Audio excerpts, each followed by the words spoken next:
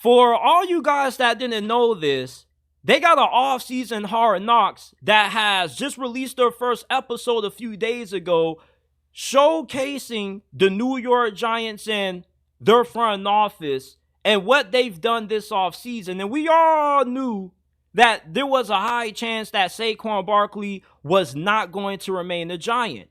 But nobody expected him to just walk on into the hands of the Philadelphia Eagles. And the Giants had a chance to keep Saquon Barkley, but they didn't choose to.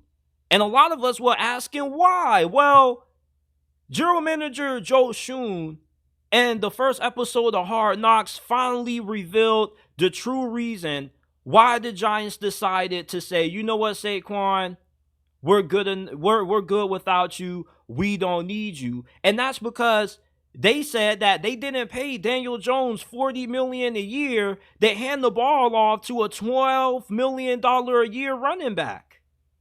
That just is absurd to me, because if you're giving Daniel Jones $40 million a year, would you not like him to have a really good option in the backfield like a Saquon Barkley? $12 million a year may seem a little expensive for a running back, but Saquon Barkley, when he's healthy, he's the second best running back in the league behind Christian McCaffrey.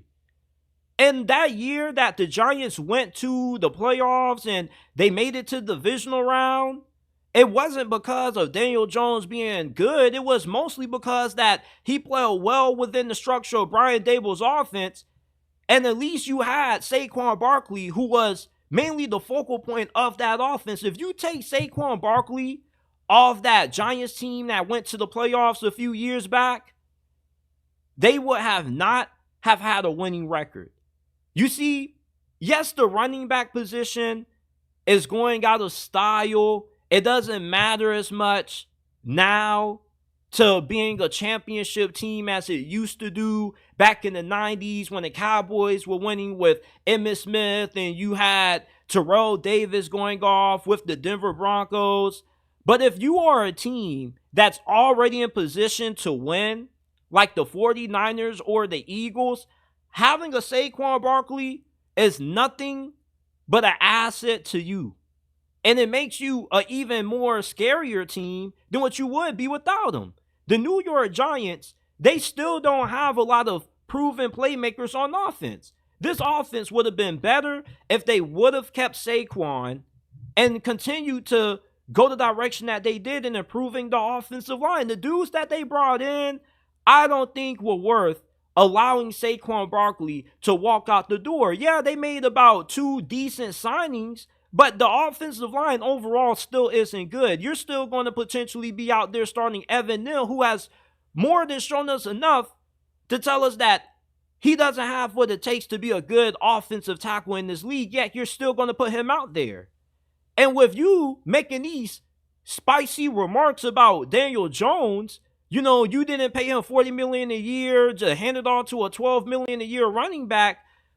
So you're telling us, Joe Schoen, that Danny Pennies is good enough to elevate the Giants without an elite rushing attack?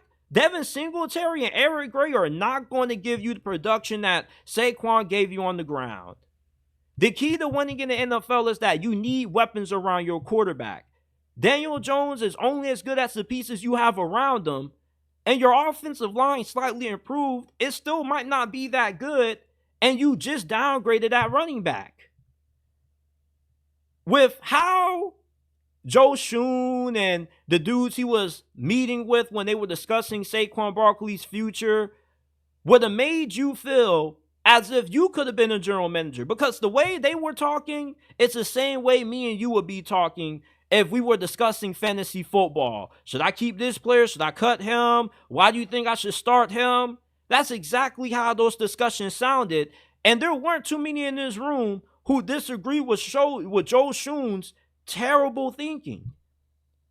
You need Daniel Jones that have a good situation that help you keep a job. I wouldn't be betting my job security on Daniel Jones having a good season. I would rather keep Saquon Barkley, get better at improving the offensive line via the draft than to try to get some middle or barely above average guys in free agency. They signed a really good offensive guard from Green Bay, but outside of that, all these signings are hit or miss. And based off what we've seen in the previous free agency cycles out of the Giants, they don't really hit on a lot of their free agency signings.